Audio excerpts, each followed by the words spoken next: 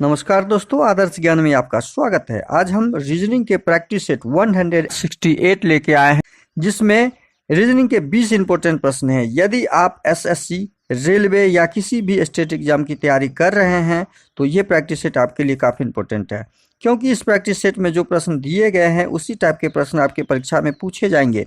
तो चलिए हम शुरू करते हैं प्रश्न संख्या 1 से। वीडियो को शुरू से अंत तक जरूर देखिएगा। वीडियो अच्छा लगे तो लाइक और कमेंट कर दीजिएगा। चैनल पे नए आए हैं तो प्लीज चैनल को सब्सक्राइब कर लीजिए। अब यहाँ क्वेश्चन नंबर 1, निम्नलिखित प्रश्न में लुप्त संख्या ज्ञात करना है।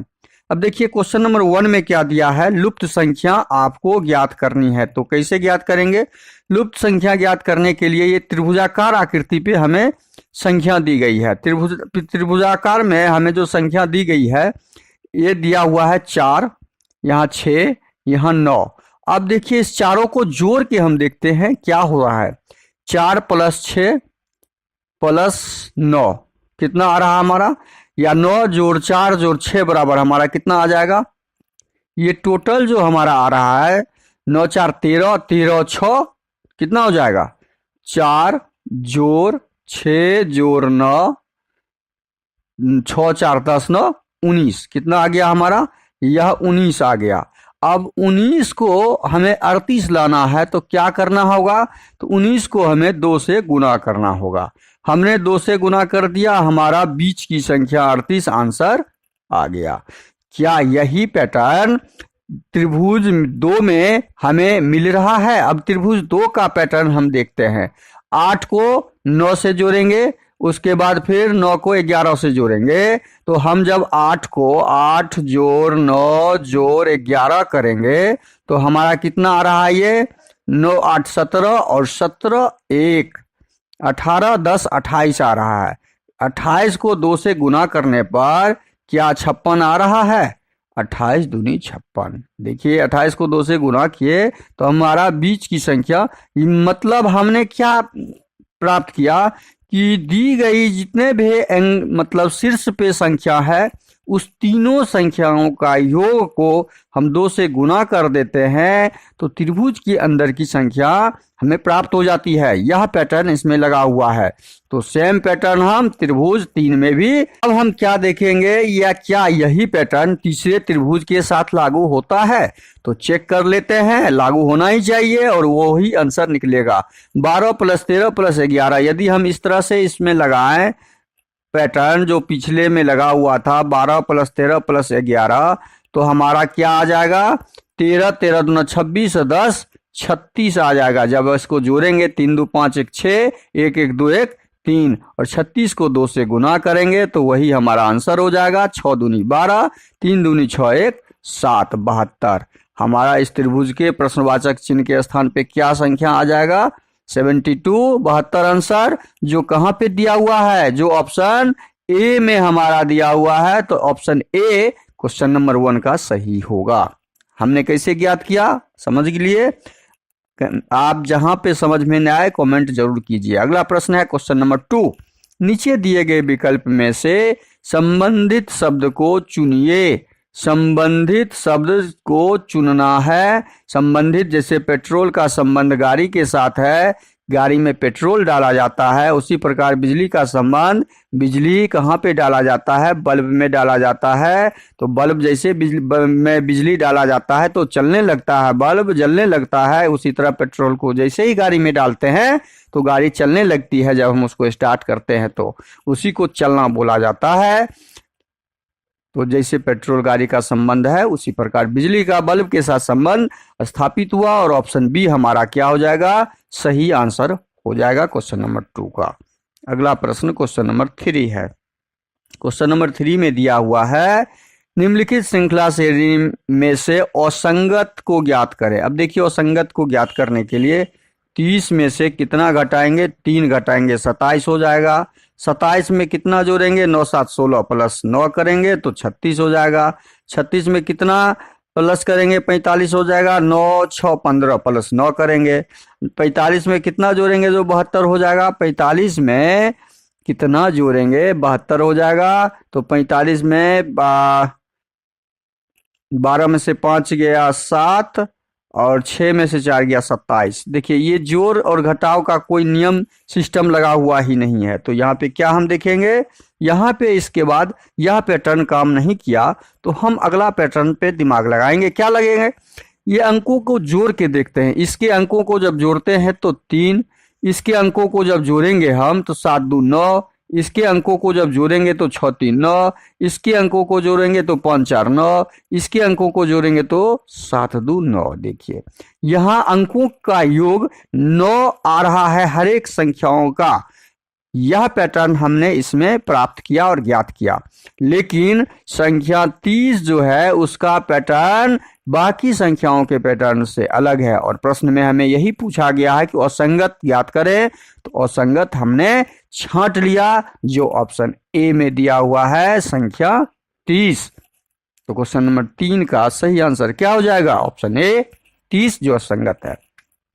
अगला प्रश्न है क्वेश्चन नंबर 4, यदि ENCR YPT को किसी कोड में VMXIBKG लिखा जाता है तो ARC को उसी कोड में क्या लिखा जाएगा, ARC को। अब देखिए यहाँ पे क्या दिया हुआ है, ENCR YPT का कोड VMXIBKG दिया हुआ है। अब देखिए इसमें सीधा देखते हैं, E 5 नंबर पे होता है। E कितने नंबर पे होता है, E हमेशा 5 पे होता है स्थानीय मान, N 14 पे होता है, C 3 पे, R 18 पे, Y 25, P 16, T 20। तो ये कितना, V 24, M 13, X कितना 24, I 9, B 2 11, G 7। अब 5 और 24 को यदि जोड़ेंगे तो हमारा कितना हो जा रहा है, 5 4 9। E 5 नंबर, अच्छा V 22 नंबर होता है, 24 नहीं, V 22। 5 और 22 को जोड़ेंगे तो 27 हो रहा है। इसका मतलब ये दोनों अपने आप में क्या है, उल्टा शब्द है, विपरीत है। ये अपने आप में क्या शब्द है, अक्षर है, उल्टा है। N 14 का उल्टा होता है, 14 और 13 को जोड़ेंगे तो 27। उल्टा का मतलब हुआ इधर से A B, विपरीत का मतलब समझ लीजिए। यदि हम वर्णमाला को ABC ऐसे लिखते हैं तो Z से जब लिखेंगे तो A का उल्टा Z, विपरीत Z, B का उल्टा Y, विपरीत Y, C का उल्टा X, ऐसे ये जाता है उल्टा। मतलब दोनों का स्थानीय मान का योग हमेशा क्या होता है, 27 होता है। देखिए जितने भी अक्षर होंगे सारे अक्षर का योग 27 होगा, ये भी देखिए 27 होगा। तो इसका मतलब सीधा समझ लीजिए वो अक्षर अपने आप में अंग्रेजी वर्णमाला के विपरीत दिशा, विपरीत में होते हैं, उल्टे होते हैं। उसी प्रकार देखिए 3 और 24 का योग 27 होता है तो C का उल्टा X हो गया, R का उल्टा I हो गया, Y का उल्टा B हो गया। मतलब इसमें पैटर्न क्या लगा हुआ है, उल्टे अक्षरों का पैटर्न। हमने पैटर्न प्राप्त कर लिया, T का उल्टा T 20 और G 7, T का उल्टा G। जब ये हमने पैटर्न प्राप्त कर लिया तो ARC का उल्टा ज्ञात करना है। तो ARC का उल्टा ज्ञात कर लीजिए।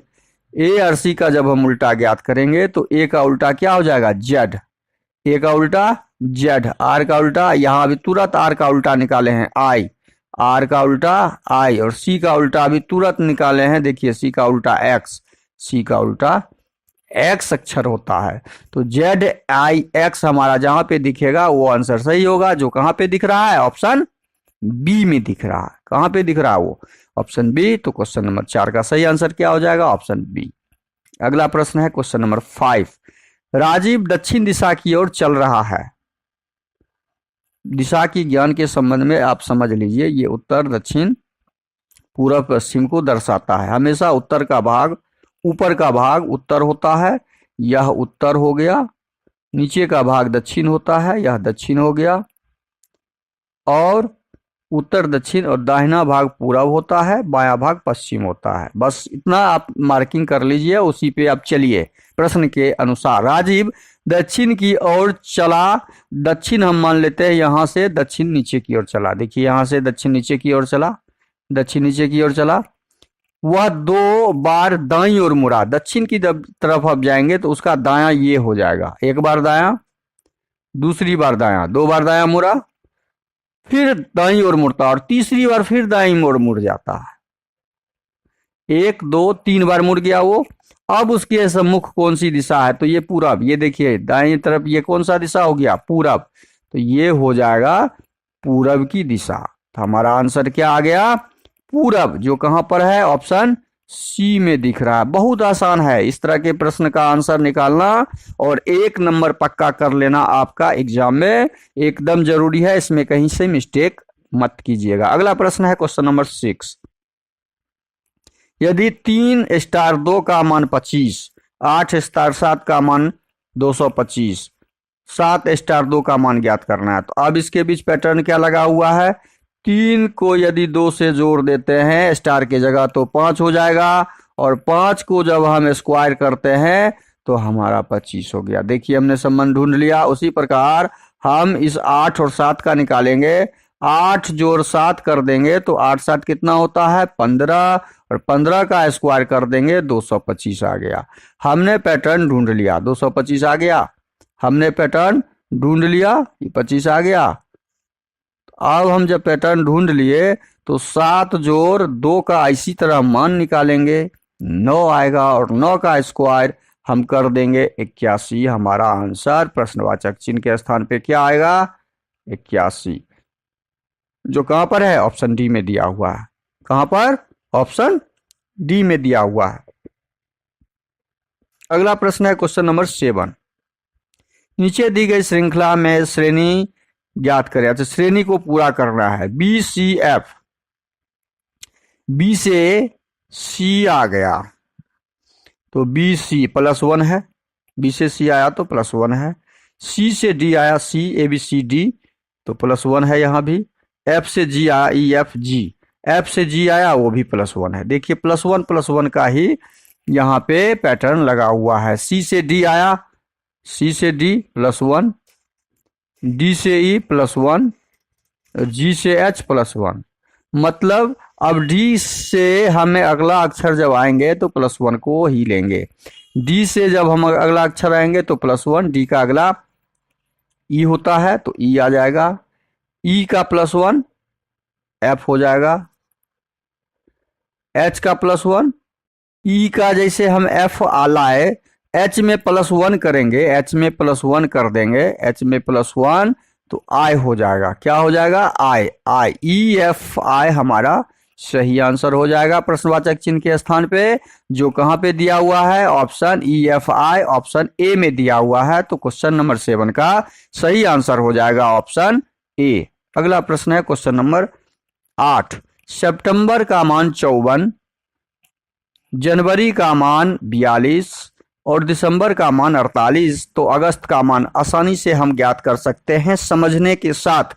ये इतना बड़ा प्रश्न है लेकिन आंसर आप 2 सेकंड के अंदर निकाल सकते हैं। जब बड़े शब्दों का कोई भी मान कोडिंग डिकोडिंग में यदि छोटा दिया हो तो सीधा उसको हम जोड़ घटाव करने से नहीं निकाल सकते, क्योंकि जोड़ने से ये 54 से ज्यादा हो जाएगा। सारे अक्षरों को जब जोड़ेंगे तो 54 से ज्यादा हो जाएगा। तो हम इसके अक्षरों को काउंट करेंगे। क्या करेंगे? काउंट कर लेंगे इनके अक्षरों को। 1 2 3 4 5 6 7 8 9। सितंबर में कुल कितने अक्षर हैं? सितंबर में कुल 9 अक्षर हैं, और 9 को क्या किया गया है? 9 को 6 से गुना करके 54 लाया गया। तो हमने सितंबर का पैटर्न ढूंढ लिया। सितंबर में 6 से गुना करने से, मतलब अक्षरों की संख्या में 6 से गुना करने से हमने उसका कोड ज्ञात कर लिया। क्या जनवरी में यही पैटर्न है? तो काउंट कर लेते हैं। 1 2 3 4 5 6 7। जनवरी का 7, और 7 को 6 से गुना करेंगे तो 7 छके 42 आ गया। देखिए 42 आ गया, मतलब हमने जो सोचा वह पैटर्न इसमें लगा हुआ है। दिसंबर का ज्ञात कर लीजिए इसी प्रकार से। दिसंबर में देखते हैं। दिसंबर 1 2 3 4 5 6 7 8। दिसंबर का 8 गुना 6, 8 छके 48। देखिए दिसंबर का भी कोड हमने निकाल लिया। मतलब यह पैटर्न अगस्त में भी हमें फॉलो करना होगा। अगस्त में भी यही पैटर्न हमारा लगेगा। तो अगस्त का ज्ञात करते हैं, 1 2 3 4 5 6। अगस्त में 6, और अगस्त में जब 6 है तो 6 को 6 से गुना कर देंगे तो हमारा कितना आ जाएगा, 36। 6 को 6 से जब गुना कर देंगे तो हमारा आंसर कितना आ जाएगा, अगस्त का कोड 36, और वही ज्ञात करना था। तो क्वेश्चन नंबर 8 का सही आंसर क्या हो जाएगा, ऑप्शन डी हो जाएगा, 36। अगला प्रश्न है क्वेश्चन नंबर 9। बी का मान 3, ए डी का मान 6 है, तो हैरी का मान क्या होगा। अब कितना आसान है कि बी का मान 2 होता है, और 2 में जब 1 जोड़ दिए तो हमने 3 प्राप्त कर लिया। क्या यही मान ए डी में लगा के देखते हैं, लग रहा है। यदि यही पैटर्न लग रहा है, जैसे बी का कोड हमने ज्ञात किया उसी प्रकार ए डी का भी कोड हम क्या उसी पैटर्न पे देखते हैं, लगा के लग रहा है। ए का मान 1, डी का मान 4, दोनों को जोड़ते हैं तो 5, और 5 में 1 जोड़ने से हमारा 6 प्राप्त होता है। देख लिए। बस उसी प्रकार हम क्या करेंगे, यही पैटर्न HARRY में लगाएंगे, और H का मान 8, A का मान 1, R का मान 18, R का मान 18, Y का मान 25। इस सबों को जोड़िए, जोड़ने से जो प्राप्त होगा वही उसमें 1 जोड़ देंगे हम। 8 18, 8 दूनी 16, अतिरिक्त 24, 1 25, 5 30, 30 का 0, हाथ में 3, 2 5, 1 6, 1 7, 70, और 70 में जब हम 1 जोड़ देते हैं तो हमें क्या प्राप्त होता है, वही पैटर्न लगा के हम इस क्वेश्चन नंबर 9 का सही आंसर ढूंढते हैं। हरी का कोड क्या हो जाएगा, 71 हो जाएगा, और जो ऑप्शन सी में दिया हुआ है, जो कहाँ पे दिया हुआ है, ऑप्शन सी में दिया हुआ है। अगला प्रश्न क्वेश्चन नंबर 10 है आपके सामने। BAB का संबंध CEC से ज्ञात करते हुए DID का संबंध प्रश्नवाचक चिन्ह से ज्ञात करना है। अब देखिए B का संबंध हम कैसे ज्ञात करेंगे, B से C कन्वर्ट हुआ है, तो B से C कन्वर्ट होने से क्या हुआ कि B 2 नंबर पे और C 3 नंबर पे, 1 प्लस है, यहाँ पे 1 प्लस है। A और E क्या किया, A 1 नंबर और ये 4 प्लस है, और फिर B और C में क्या कर संबंध है, 1 प्लस है। तो 1 + 4 + 1 का यहाँ पे पैटर्न लगा हुआ है, वही पैटर्न हम यहाँ लगाएंगे। D में जब 1 प्लस करेंगे, 4 में 1 तो E हो जाएगा। I 9 नंबर पे, 9 नंबर में 4 प्लस करेंगे तो 9 4 13 हो जाएगा, 13 M होता है, 13 क्या होता है, M होता है। D 4 में फिर हम 1 प्लस करेंगे, D 4 में 1 प्लस करेंगे तो 5 हो जाएगा, जो E होता है। तो हमारा प्रश्नवाचक चिन्ह के स्थान पे क्या आ जाएगा, EME, क्या आ जाएगा, EME, जो ऑप्शन डी में दिया हुआ है। तो क्वेश्चन नंबर 10 का सही आंसर क्या हो जाएगा, ऑप्शन डी हो जाएगा।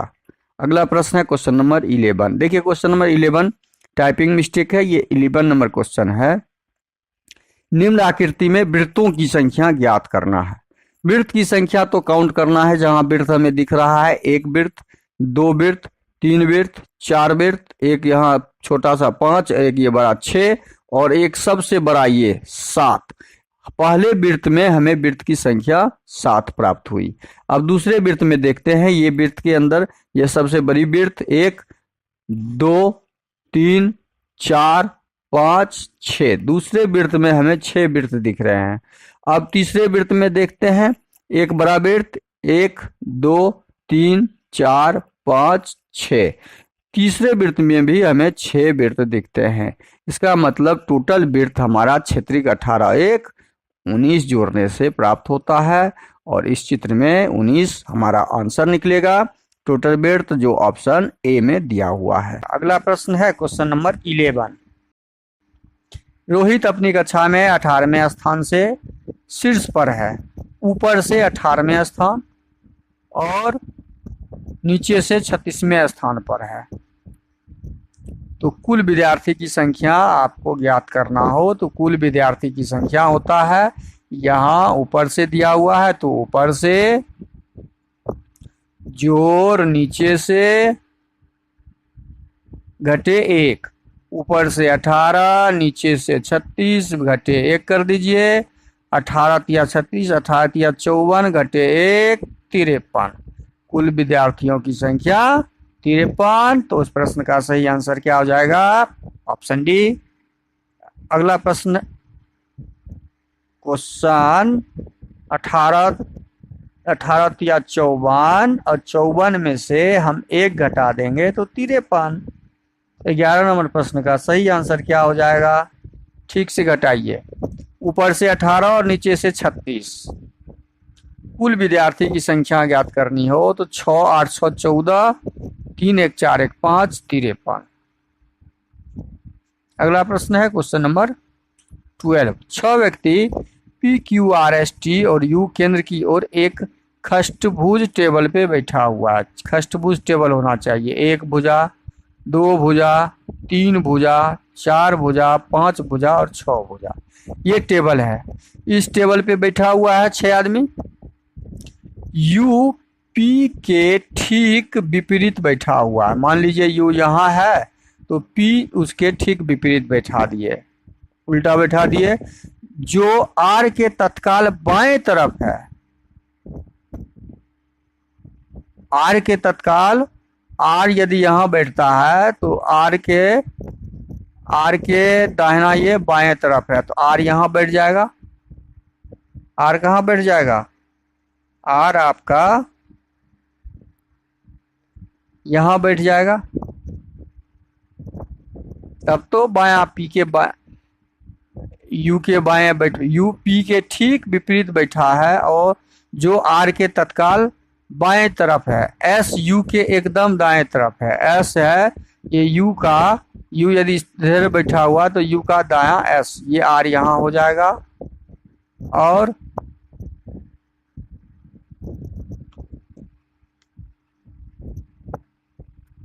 आर ठीक यहाँ बैठा हुआ है पी के बाएं तरफ, तो एस यहाँ हो जाएगा। एस यू के एकदम दाएं बैठा हुआ है, यू के एकदम दाएं एस बैठा हुआ है। और टी पी और एस के बीच है, पी और एस के बीच में, पी और एस के बीच में टी बैठा हुआ है। एस यू के दाहिने तरफ बैठा हुआ है, यू के दाहिने तरफ एस बैठा हुआ है, तो यू का दाहिना एस। और पी और एस के बीच, पी और एस के बीच टी बैठा हुआ है, पी और एस के बीच टी बैठा हुआ है।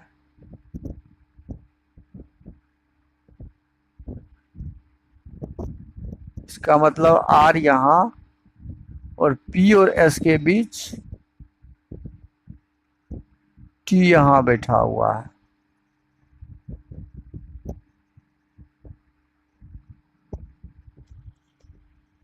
टी यदि यहाँ बैठा हुआ है तो क्यू बचा, क्यू यहाँ बैठ जाएगा। ठीक है,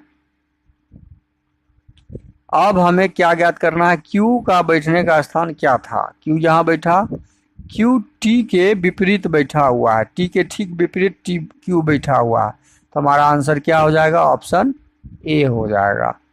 आर के विपरीत तो संभव ही नहीं है, एस के विपरीत तो है ही नहीं, एस के विपरीत आर है। पी के तुरंत बाएं, पी के तुरंत बाएं आपका ये टी बैठा हुआ है, तो ऑप्शन ए ही सही होगा। अगला प्रश्न है क्वेश्चन नंबर 13। 14 मार्च 2010 को कौन सा दिन था? इस तरह के प्रश्न को ज्ञात करने के लिए हम क्या करते हैं?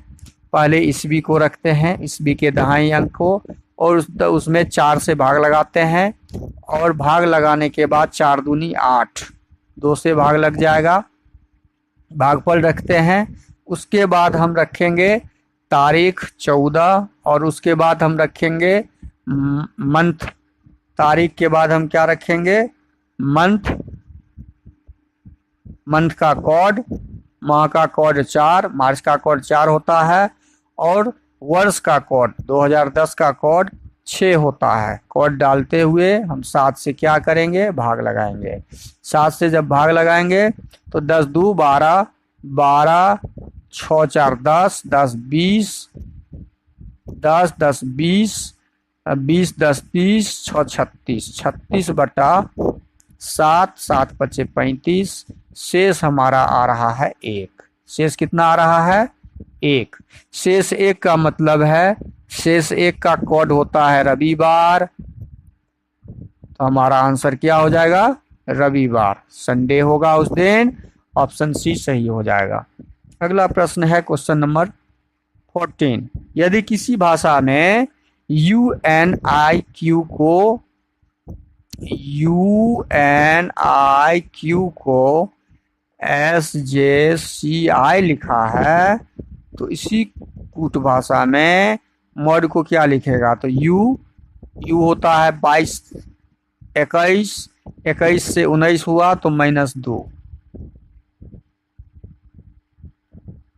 N 14, 14 से 10 हुआ, 14 से 10 हुआ तो -4, यहाँ -4, यहाँ I 9, 9 से 3 हुआ तो -6, 17 से 9 हुआ तो +2, 4, 6 और 8, 17 में से 8 घट गया तो 9, 8, 17, मतलब -2, -4, -6, -8 का यहाँ पे पैटर्न लगा हुआ है।